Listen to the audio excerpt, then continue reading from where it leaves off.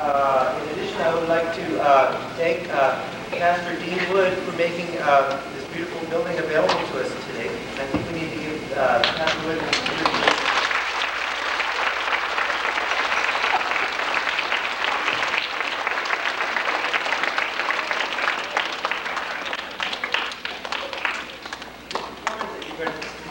Based upon the book Ming Mountain. Many of you, if you haven't already read the book, will probably read it in third, fourth grade. It's a really fun book, and it's kind of exciting to perform. Today we're going to be performing several different Chinese folk songs in addition to the book. We're performing 3 folk songs. They're all from China, and these will include a fisherman's dance, which uses poles. Earlier this summer, when I tried to find information on this particular song, I didn't have much luck. It was given to me by someone who received it from someone else who received it from someone else. I think I was probably the 4th person to receive it. However, what the boys and girls on stage don't know is that later on at the conference last Saturday, I met someone who came from the People's Republic of China, as well as a lady who teaches at the University of Taiwan. And interestingly enough, she performed this exact same song for us, using the poles just like our boys and girls have done. And that's kind of an exciting thing. The second Chinese folk song that will be performed is a Chinese lullaby. And this is going to be used to put a dragon to sleep. It'll prevent him from waking up. Our final folk song that we'll be performing is called the Fing Yang song, a flower drum song. And that's a song that comes from China. And it was an interesting thing about the song is that it's the Pingyan province of China where it came from. It's a very poor area of China. And frequently you'll find folk songs come from areas where people don't lead real happy lives. Lives are very difficult. Food is in short supply. They don't have adequate shelter and clothing. And so quite often people make up funny songs based upon their lives. And while the songs aren't funny, this is one way that people can find a little bit of happiness in their lives. So listen very carefully to the words at the end of the performance today. I think you'll find that the words are kind of funny. About a man and a wife who are not happy with one another. And this was a song that people in China use to help themselves feel a little bit better.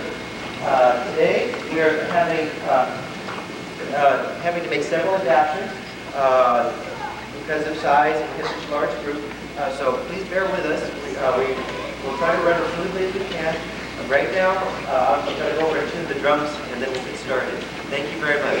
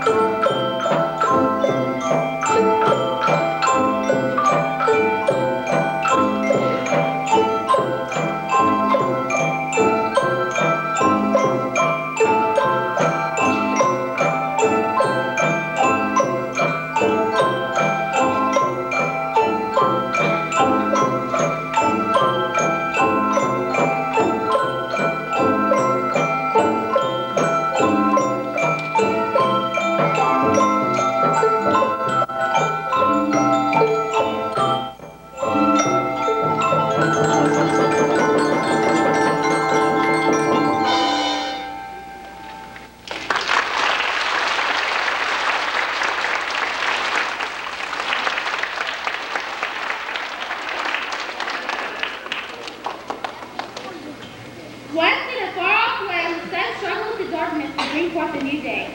Mingo and his wife lived in a house at the bottom of a large mountain.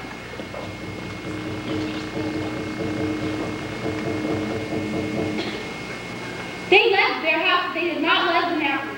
Rocks and stones broke loose from the cliffs. They dropped down into the house of Ming lived. The roof was full of mold. Clouds formed on top of the mountain. Heavy rain fell from the clouds onto this roof that was full of mold. The roof inside was damp and dirty.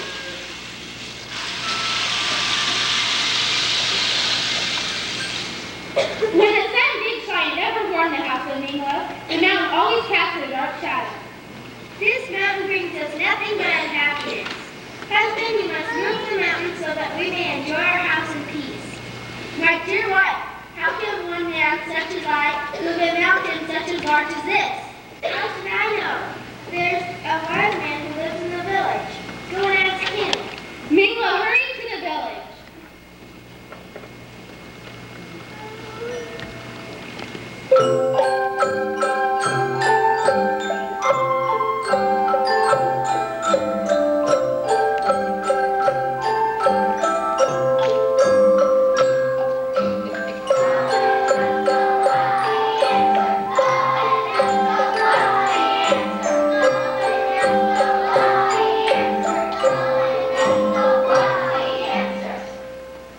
When he found the wise man, he said, I want to move the mountain that is near my house. the wise man thought for a long time.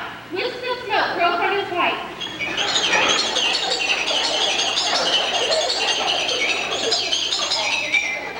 Finally, he said, Go on, Mingo. Cut down the tallest, thickest tree you can find. Push this tree against the side of the mountain with all your strength. This is the way that you will move the mountain. Mingo ran him. He cut down the tallest, thickest tree that he could find.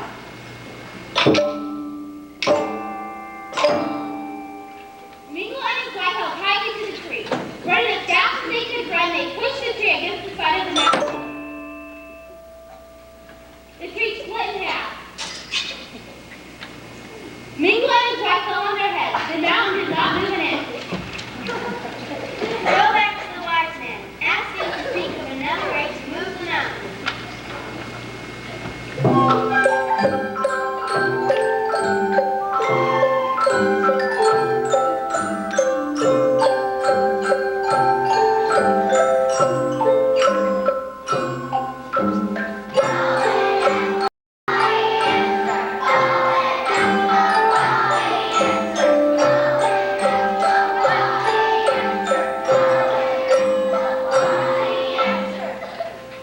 Again, the wise man thought for a long time. Rings of smoke blew from his pipe.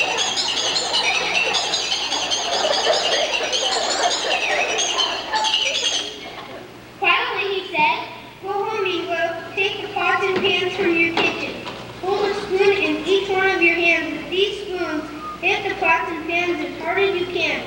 Raise your voice in loud shouts and cries. The mountain will be frightened by the noise. This is the way that you will move the mountain. Mingo ran home. He took the pots and pans from his kitchen. Mingo and his wife held a spoon in each one of their foreheads. They shouted and cried.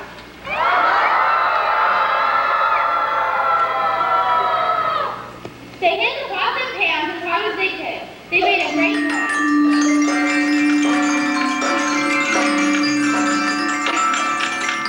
Lots of birds flew out of the trees.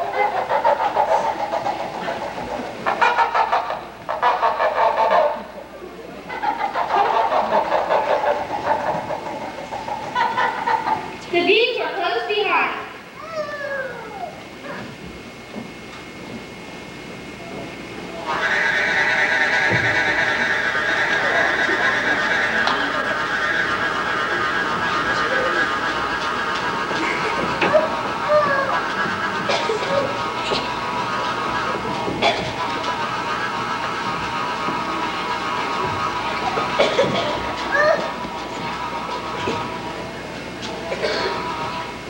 But the mountain did not move at all. Go back to the wise man. We must find a way to move that mountain.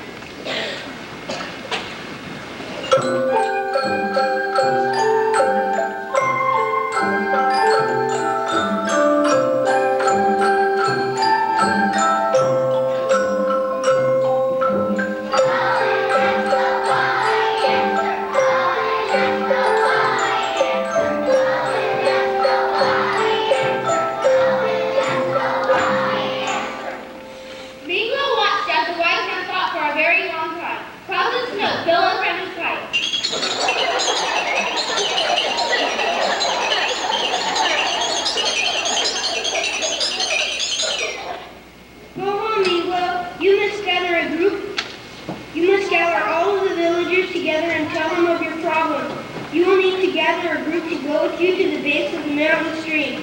You must then do the dance of the fishermen. This will frighten the fish, and they will try to swim away very quickly.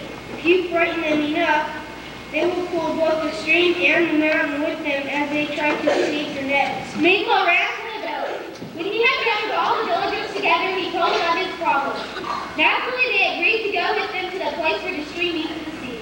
When they arrived at the stream, they began their dance.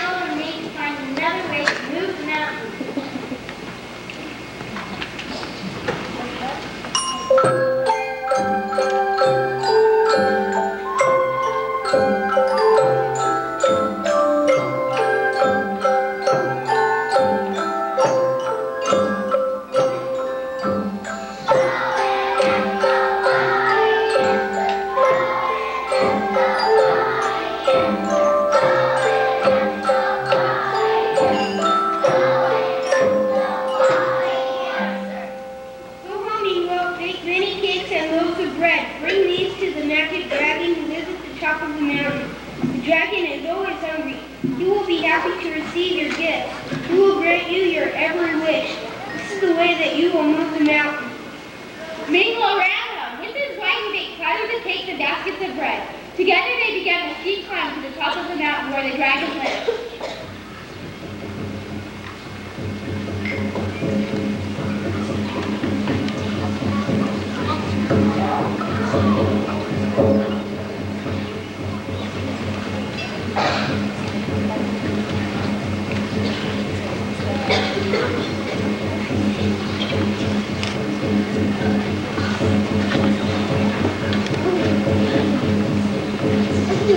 They felt a strong wind as they struggled up the high cliff.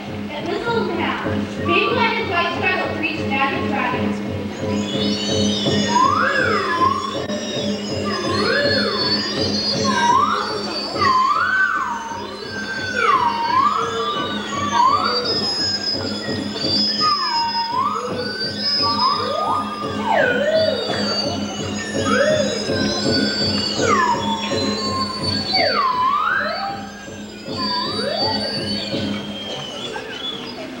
When they arrived at the top of the mountain, they found the dragon fast asleep.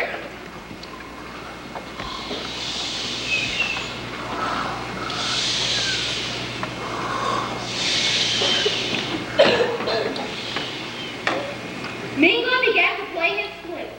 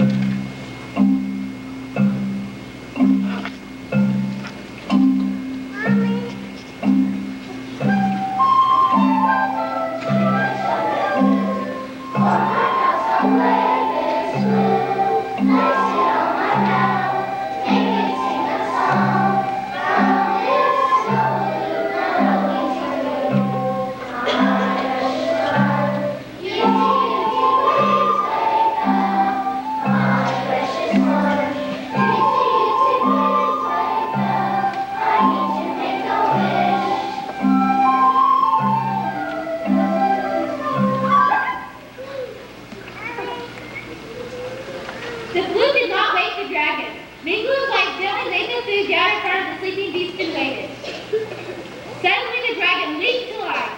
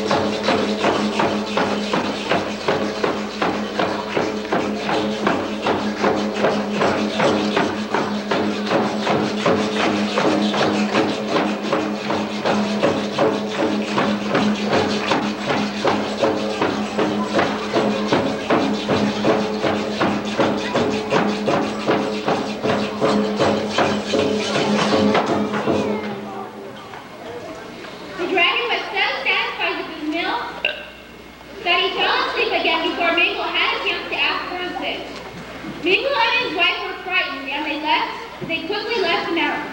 Without hesitation, Mingo went back to the wise man and asked for his help.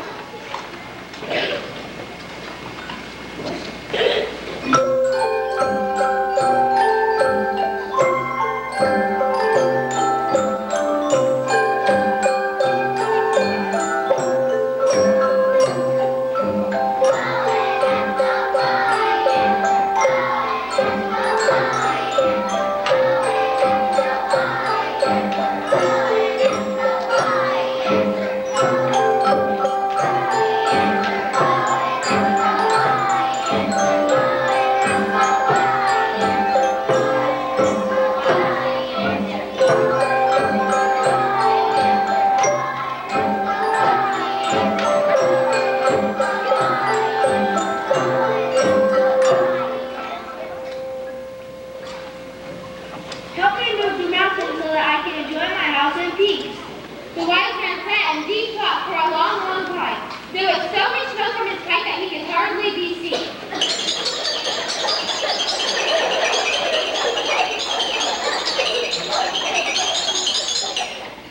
Finally, he said, Go home, Mingo. Take your house apart, stick by stick. Gather all these sticks that are pieces of your house. Collect all the things that are in your possession. Bind everything into bundles with rope and twine. Carry these bundles in your arms and on the top of your head. Face the mountain and close your eyes. Having done all this, you will step to the dance of the moving mountain. You will put your left foot in a place that is in back of your right foot. Then you will put your right foot in a place that is in back of your left foot. You must do this again and again for many hours. When you open your eyes, you will see that the mountain has moved far away. "This is a strange dance. What if it makes the mountain move? I'll do it at once." Mingo ran home. He took his house apart stick by stick. He gathered all the things that were his possessions.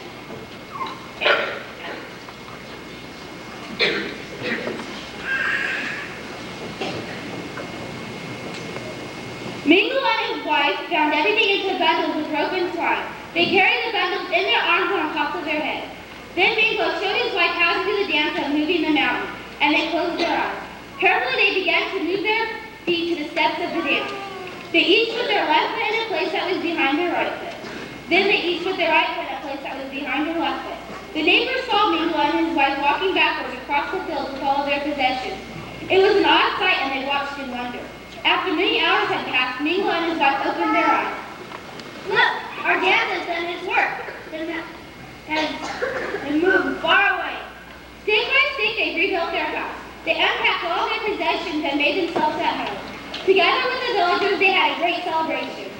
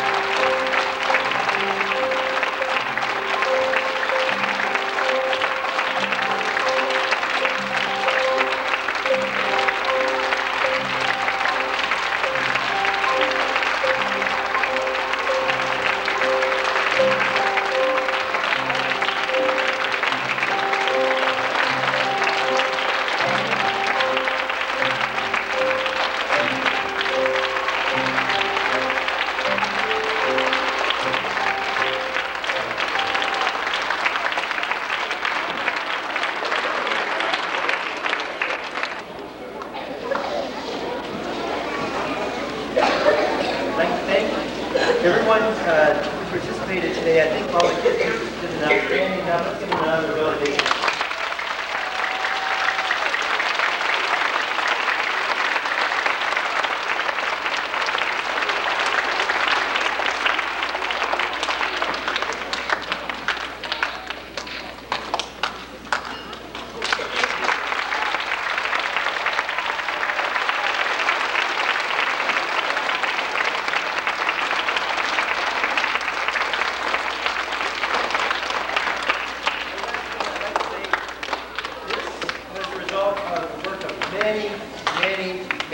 Many people. All the teachers involved, Mrs. Campbell, Mrs. Applegarth, Mrs. Grimm, and Mrs. Conklin. Let's give them a big hand.